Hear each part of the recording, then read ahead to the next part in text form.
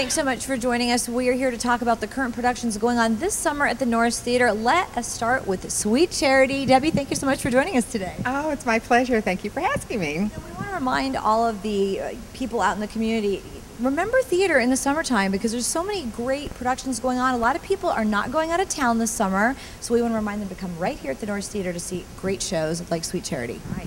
And you know, we get a lot of calls from all over the city actually because there's not a lot of new theater going on in the city in the summertime, you know, and everything. So it's a good time to visit the Norris, to discover it. Yeah. And if you've been here before, come back because we want you back. Okay, let's talk about Sweet Charity. I know it starts on July the 16th. It does. Starts on the 16th, runs through the 25th of July.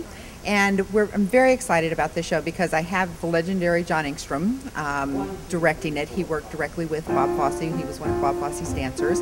And so having students and young actors have that experience of being able to have things passed on firsthand is really amazing. It is. We are really excited about this show as well because we've got a young lady playing Charity that is her first lead after being in the program for 7 years. And so I'm very excited about that. I hope you get a chance to talk to her a little later. Her name is Caitlin Kalfas. And Charity is a fantastic show because it is an eternal optimist show, you know, and in the climate of the world that we live in where everything is doom and gloom a lot around us, and we wake up someday and wonder why we want to get to the next day. Charity is the perfect example of every day is a new day and a new opportunity to hope that things are going to be better. And she is someone looking for love and always believes it's just around the corner. And I think that is, and no matter what happens, her heart stays open. And I think that's such a great lesson for all of us that to learn about life, you know, that we need to keep our heart open and need to keep the possibilities available to us, you know, keep our eyes open so that we recognize those possibilities. And, you know, even when things don't even quite work out maybe at the end of the show for her, she knows tomorrow's a new day, you know, and so. I wanted to talk about, you said this is the actress's first lead. The competition must be so stiff for a lead like this because everybody wants to play this part. You know, I think the competition has become huge for all of the shows here at Education because we have world-class people directing and choreographing them. And so this has kind of become the place to be, you know, no matter what theater you have done in the area, anywhere. They know that this is going to be a first-class experience, not just for themselves, but also for the audience. And so it's become very competitive, actually, over the last several years. And how many young ladies did you actually audition for the part?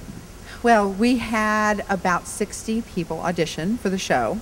And the nice thing about Charity is there's a lot of really interesting characters in it. And so it was great that we got so many different types of people that auditioned and everything. But there were several girls in the running for Charity, and Caitlin turned out to be the perfect choice. Well, I hope we get to talk to her because it's definitely just such a fun show. Now, we're going to be doing Sweet Charity first, and then the second one will be Honk, right? Yes. Honk is the most enchanting fantasy piece about the ugly duckling. It's the story of the ugly duckling, and his name is Ugly in this show, and it has a stunning, beautiful score. And watching the show is like watching a painting. It's so beautiful. I did it about 6 years ago, and a lot of people warned me, oh, don't do that show because no one's ever heard of it. They don't know what it is. And it turned out to be one of the most successful things I've done because the word of mouth was just crazy about this show because you come to the show and it's really about acceptance and about people being different and how we move through our own journeys, and at the end of the journeys we all kind of find out that that there comes to be an even playing ground for everybody, you know, and that we are not always in the beginning what we end up being as well, you know, and so I think we're going to be. And so, in judging a book by its cover is not always the best policy, you know, and so it's really a beautiful, enchanting story that's funny and it's touching, and I think, and it's the perfect show for every family, anybody at any age. Well, you know, I would say 4 and up, you know, it would enjoy the show, and it's colorful, and I think it'll be a great show for families to come see. you decide which shows you're going to bring back or decide on? I mean, there's so many great ones out there. That's true, and I'm very selective about what I bring back, actually, because people do have a long memory about what they've seen, but there are certain shows that I want to make sure that different generations of children have an opportunity to have access to that material, both as an audience and as performers in the show. And I feel like Honk is definitely one of those pieces, because as children and even as adults, we all live in a world that is pretty judgmental, and that we make snap decisions about how we feel about issues, about people, about the way we look, about the way that we speak, about the color of our skin. And so Honk is one of those shows that I think just teaches some really great lessons in a really fun way. Yeah, well, we definitely make sure we come and see that show, because that sounds like just too much fun. Now, 13 is technologically different, I hear. It is. We are so excited about this show because we have not ever done anything like it. 13 is also going to be performed for the very first time since it was performed at the Mark Taper Forum.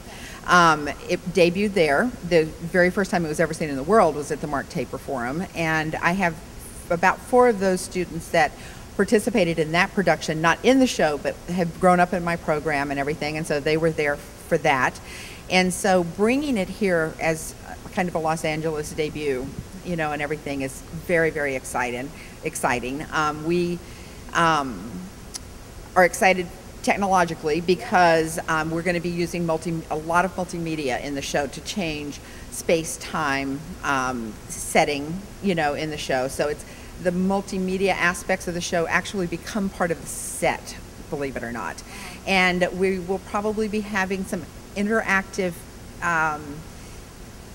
technology from the audience to the stage in live time as well, and so that's probably never been done. You do so many amazing things, but when you think of something like this, where the audience interacts and all the technology, is that scary to think about producing that, or?